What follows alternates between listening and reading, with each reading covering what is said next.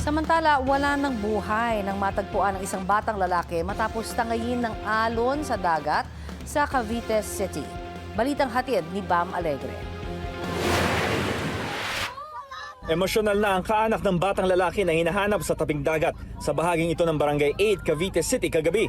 Pasado alas 5 kahapon nang iulat sa barangay na nawawala ang 8 taong gulang na bata matapos daw lumangoy kasama ang 2 kaanak na menor de edad din.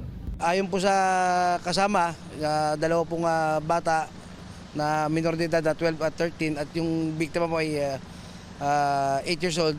So sila po ay naligo at hawak-hawak po ng 12 years old yung bata at ito po ay napalalim at nahulog niya yung bata kasi nalunod din po sila yung 2. Hanggang sa po pagkita nila, nakaahon sila, nawala na po yung bata. Tinangay na po ng alon po.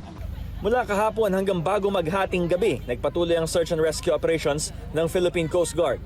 Nagbaybay ng 5 oras po. So talagang sa pagod na rin po, nagkasukat-sukat na rin po yung mga paa ng ating Coast Guard. So hindi po talaga nila mahanap. So ngayon po, yun, nagkaplano po sila kung paano ang gagawing operation ulit mamayang umaga po para hanapin po ulit yung bata.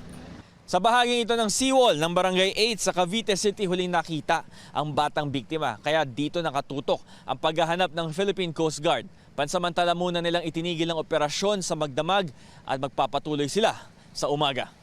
Kanina, nakita ng mga taga-barangay ang katawan ng bata.